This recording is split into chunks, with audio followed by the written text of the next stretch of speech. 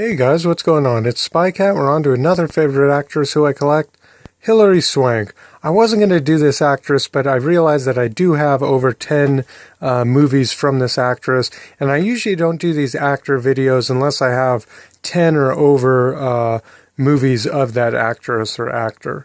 So since I have 10 movies exactly of Hilary Swank's, wish I had more. Can't believe I don't have The Next Karate Kid, because that was the first movie that I ever saw from Hilary Swank, and I loved it. But for some reason, you just never see that movie in the stores. Whenever I'm out movie hunting, I never see The Next Karate Kid. So maybe I might have to order it online or something, but anyway, guys, Hilary Swank was born July 30th, 1974, which makes her 42 years old, and she's from Lincoln, Nebraska.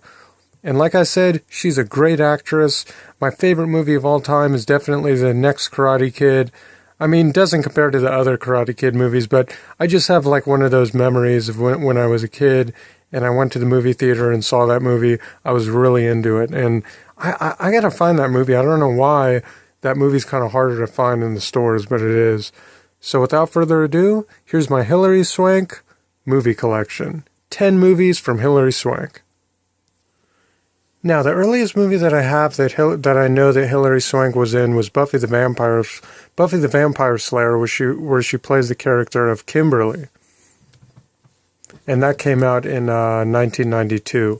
Saw this one in the theater when I was a kid too, and I was really into it. Next movie I have is Counterfeit.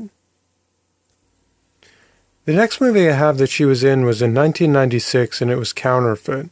And this movie was okay. It wasn't that good. I'm still kicking myself in the butt because I don't have The Next Karate Kid. And I remember that she was in the sequel to Sometimes They Come Back. She was in Sometimes They Come Back Again. She was also in The Next Karate Kid, came out in 1994. And another good one that I used to like, it was like a Lifetime movie. It was called Dying to Belong. That was a really good TV movie that I remember she was in too. And the next movie I have is this is definitely my favorite acting-wise and one of my favorite movies of all time.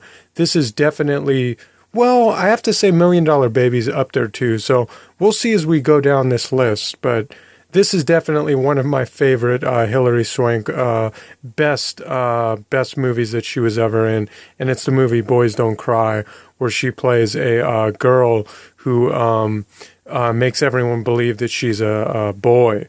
And then when they find out, oh man, it's just really, really messed up movie. This is a really, I think this is definitely her best acting job. Maybe Million Dollar Baby's tied with this movie, but this is definitely one of my favorite Hilary Swank movies. This movie's just so awesome. She's such a great actress, and this movie even won a bunch of Academy Awards and all that too. Got a nominee for Best Actress. It should have won some awards. I don't know why it didn't win any awards. And when did this one come out? This one came out in 1999. Great movie, man. And the next movie I have came out a year after that, in the year 2000, and it's the movie called The Gift. Haven't watched this one yet. I'm probably going to watch it soon or at some point. I have so many movies I have to watch. But this is a pretty good movie. I like that one. Or no, I haven't seen it. What am I talking about? Wait, did I see this one? It looks familiar. Oh no, this is the one I didn't see, but I just got it in my collection because it had Hilary Swank and Giovanni Gabiski, whatever that guy's name is. The guy that was in, he was in that movie, The Other Sister, which is also one of my favorite movies too. But I might have seen this one. Looks like a good movie. I don't want to say it's a good movie and I haven't seen it. But it looks like a mystery movie or some thriller mystery type of movie. Looks pretty good. I'm going to have to watch this one. Haven't seen it though. Or I just don't remember it, but it looks pretty good. Next movie I have is Insomnia with Robin Williams and Al Pacino. This was a pretty good movie. I saw this one in the theater. This one came out a year after that in 2002. And she plays one of the detectives after Robin Williams, the serial killer. And the next movie I have that she was in was The Core, which is one of those world disaster movies. Pretty good. I used to like this a lot when I was a kid. I haven't watched it in such a long time, but I remember I really liked it when I was a kid because these movies in the 90s, they had a lot of like late 90s, early 2000 movies that were like world disaster movies like Deep Impact. I consider like Dante's Peak and Volcano the same kind of feel movies as this. But this one came out a year after that in 2003. This one was a good one. I like this one. A lot of action going on there. It's even got the Golden Gate Bridge going down. Pretty good movie. I like this one a lot. Next movie I have is 11:14 with Patrick Swayze and Rachel Lee Cook. I don't know who the hell that is, so I don't even know why I mentioned her name. But 11:14 is a pretty good movie. I remember I saw this one. It was pretty good. This is like, I think this is the one that's like a whole bunch of little stories and they all have something to do with each other. Good movie. And when did this one come out? 11:14 came out same year in 2003. And the next movie I haven't seen this one. I just got it because I seen it had Hilary Swank in it. It's this movie called Votes for Women. And, no, that's not the name of the movie. You could tell I haven't seen this movie because is that the name of the movie or is this the name of the movie? Iron Jawed Angels. I don't know. I don't even know when I got this movie. I know I got it because it had Hilary Swank in it, though. I need to watch this one. This one looks pretty good.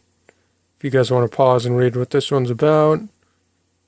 Took the women's suffrage movement by storm, putting their lives at risk to help American women in the right to vote. Oh, that's what this movie's about. This is about women being able to vote. It's a movie about how, they were able to vote and all that stuff, I guess. And it looks like it was an HBO movie.